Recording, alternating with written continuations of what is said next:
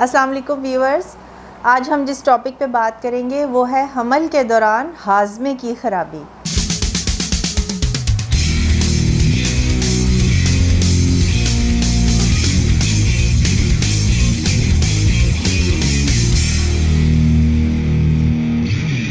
یہ ایک بہت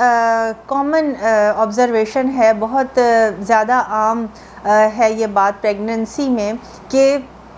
تمام پریگننٹ خواتین پریگننسی ٹیسٹ پازیٹیو ہونے کے بعد فوری طور پر شدید ہاضمے کی خرابی کا شکایت کرتی ہیں۔ کسی کو کھانا دیر سے ہضم ہوتا ہے،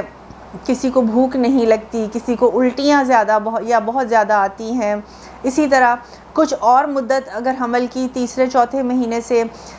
سینے میں جلن ہے، بہت زیادہ تیزابیت ہے، کھانا ہضم نہیں ہوتا، قبض کا شکار ہیں اور دن میں کھانا بہت کم کر دیا ہے، کسی ایک ٹائم ہی صرف کھانا کھا پاتی ہیں۔ اس طرح کی بہت ساری خواتین یہ پرابلمز ہمارے ساتھ شیئر کرتی ہیں اور پوچھتی ہیں کہ کیا یہ کوئی خطرے کی بات تو نہیں ہے۔ ڈیئر لیڈیز، آپ کو یہ بات سمجھ لینی چاہیے کہ پریگننسی ایک ایسا فیز ہے لائف کا جس میں کہ خاتون کے جسم میں بہت ساری تبدیلیاں رونما ہوتی ہیں۔ یہ ٹیمپرری تبدیلیاں ہیں، یہ پرماننٹ نہیں ہیں، اور بچے کی پیدائش کے بعد اور چھلا مکمل ہوتے ساتھ ہی وہ خود بخود ٹھیک ہونا شروع ہو جاتی ہیں اور واپس بیک ٹو نارمل ہو جاتی ہیں۔ اس میں سب سے پہلی چیز یہ ہے کہ باڈی کے اندر ایسے ہارمون پیدا ہوتے ہیں جو کہ جسم میں نظام انہضام کو یعنی ڈائجسٹو سسٹم کو سلو ڈاؤن کر دیتے ہیں۔ یہ بھی قدرت کی طرف سے ایک فائدہ مند چیز ہے تاکہ خاتون ارلی پریگننسی میں کچھ غلط نہ کھا لیں، کوئی ایسی نقصان دہ چیز نہ کھا لیں جو ان کے یا ان کے ہونے والے بیبی کے لیے نقصان دہ ہو۔ زیادہ الٹیاں آنا یا بھوک نہ لگنا یا کم کھانا محسوس ہونا یا دیر سے کھانا ہضم ہونا، یہ تمام فیلنگز اور تمام علامات ایک نارمل حمل کا حصہ ہے، نارمل پریگننسی کا، جس کو ہم فزیولوجیکل چینجز آف پریگننسی کہتے ہیں۔ ان کو لے کے کبھی بھی بہت زیادہ پریشان ہونے کی یا یہ سوچ کے کہ یہ ٹھیک کیوں نہیں ہو رہی، یہ ٹھیک کیوں نہیں ہوتی، میں یہ بھی دوا لے لی وہ بھی دوا لے لی، یہ ٹھیک کیوں نہیں ہوتی، اس بات کو سمجھنا ضروری ہے کہ یہ ان کا 100% ٹریٹمنٹ ہو جانا حمل میں یہ ممکن نہیں ہے، اس لیے کہ خاتون کی پریگننسی کے ہارمونز کے اثر میں ہے اور ڈیلیوری کے بعد ہی 100% بعد میں وہ ٹھیک ہو پائیں گی۔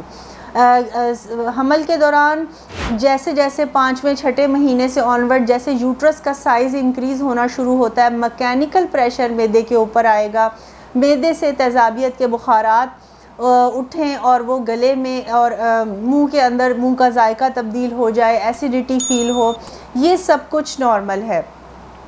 اور اس کے لیے جہاں تک ہو سکے دوائیوں کا استعمال اوائڈ کر لیں تو بہتر ہے، لیکن پھر بھی اگر اوائڈ نہ ہو سکے تو وہ دوائیاں کم سے کم مقدار میں استعمال کریں جو کہ منیمم بیئر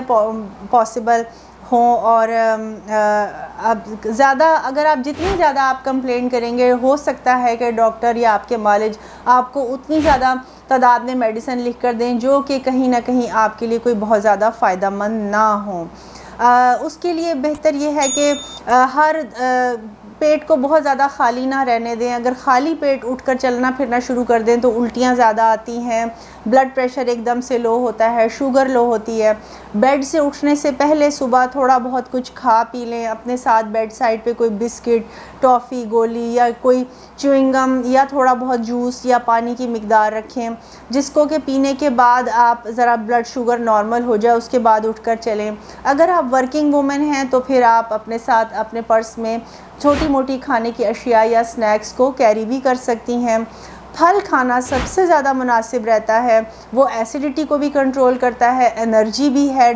اور نیوٹریشس بھی ہے اور اس کے اندر وٹامنز بھی ہیں۔ جہاں تک ہو سکے تازہ پھل کا استعمال زیادہ سے زیادہ کریں. رات 6 بجے کے بعد کوئی لارج میل نہ لیں، اور اگر ایسیڈیٹی فیل ہو تو آپ آدھا کپ دودھ پی لیں، وہ بھی ایک اینٹی ایسڈ ہے اور جلدی سے ایسڈ کو نیوٹرلائز کر دیتا ہے. اگر زیادہ ایسیڈیٹی فیل ہو رہی، لیٹا نہیں جا رہا، تو آپ اپنے بیڈ کی ہیڈ سائڈ کو تھوڑا سا اونچا کر کے لیٹ سکتے ہیں. اور اسی طرح آپ ویسے اینٹ ایسڈ کا استعمال بھی کر سکتے ہیں. بازار میں اینٹی ایسڈ والے سفید رنگ کے شربت کافی اویلیبل ہیں جو کہ حاملہ خاتون کافی کثرت سے استعمال کرتی ہیں. سٹل میرا مشورہ یہ ہوگا کہ ان کے استعمال کو بھی لمٹ کریں. اسی طرح ایسیڈیٹی کم کرنے والی جو ادویات ہیں ان کے استعمال کو بھی کم سے کم کر دینا چاہیے حمل کے دوران، اس لیے کہ ہر قسم کی دوائی کہیں نہ کہیں چاہے جتنا مرضی معمولی سا ہی پرابلم دے، لیکن پرابلم بیبی کے قدرتی گروتھ کے اندر پرابلمز کوئی بھی دوائی کسی بھی طریقے سے کر سکتی ہے. اور اس کے علاوہ اگر آپ مزید کوئی معلومات لینا چاہتی ہیں تو آپ شالامار ہاسپٹل میں میرے سے رابطہ کر سکتی ہیں، پرائیویٹ کلینکس میں. اس کے علاوہ میں شالامار ہاسپٹل میں پروفیسر ہوں گائنیکالوجی اور آبسٹیٹرکس میں، اور ہیڈ آف ڈپارٹمنٹ ہوں. آپ کا بہت شکریہ.